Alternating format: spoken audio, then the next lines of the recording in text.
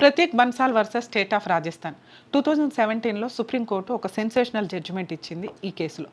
ఏంటి మ్యాక్సిమం చాలా సందర్భాల్లో మనం చూస్తూ ఉంటాం 498 కేసులు ఫైల్ చేసేటప్పుడు ఒకవేళ అమ్మాయిలు వేరే కంట్రీలో ఉన్నప్పుడు వాళ్ళ తరపున వాళ్ళ ఫాదరో మదరో 498 కేసు ఫైల్ చేయడానికి ఛాన్సెస్ ఉంటాయి.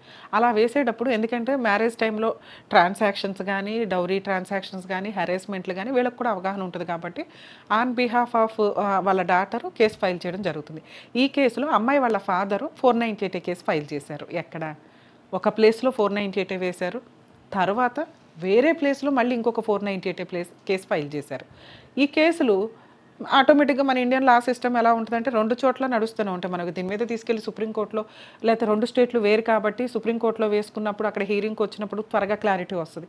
అంటే ఒక ఫాల్స్ కేసు వేసినప్పుడు ఇది ఫాల్స్ కేసు అని మనం ఫైట్ చేయడానికి కూడా కొంత ఎక్స్పెన్సెస్ ఖర్చుతో కూడిన వ్యవహారం. ఈ కేసులో హస్బెండ్ ఛాలెంజ్ చేస్తూ ఇట్లా వాళ్ళ నాన్నగారు 3 ప్లేసుల్లో 498 కేసు ఫైల్ చేశారు అని చెప్పి సుప్రీంకోర్టును అప్రోచ్ అయినప్పుడు 2017లో supreme court immediate special leave petitions వేసుకున్నప్పుడు కొంత ఇమీడియట్ ఆర్డర్స్ పాస్ చేయడం జరుగుతుంది.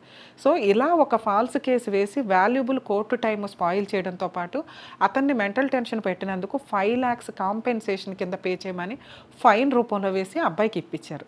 సో ఫాల్స్ కేసులు వేసేటప్పుడు 1కి 10 సార్లు ఆలోచించుకోండి. ఒక జ్యూరిస్డిక్షన్ కేసులు తీసుకున్నాక మిగతా కేసులు కూడా ఆ జ్యూరిస్డిక్షన్లోనే అమ్మాయిలు ఫైల్ చేయాల్సి ఉంటుంది.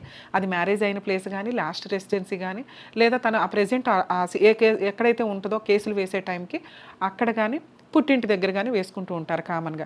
సో ఇలా ఒక కేసు ఒక ప్లేస్లోనే మిగతా కేసులు కూడా ఆ జ్యూరిస్డిక్షన్లోనే ఉండేలాగా చూసుకోవడం బెటరు. ఇలా ఫాల్స్ కేసులు వేసి ఫ్యామిలీ మ్యాటర్స్లో అబ్బాయిలను ఇబ్బంది పెట్టాలి అని అనుకుంటే కొన్ని సందర్భాల్లో సుప్రీంకోర్టు ఇట్లా స్లాబ్స్ ఇవ్వడానికి అవకాశం ఉంది.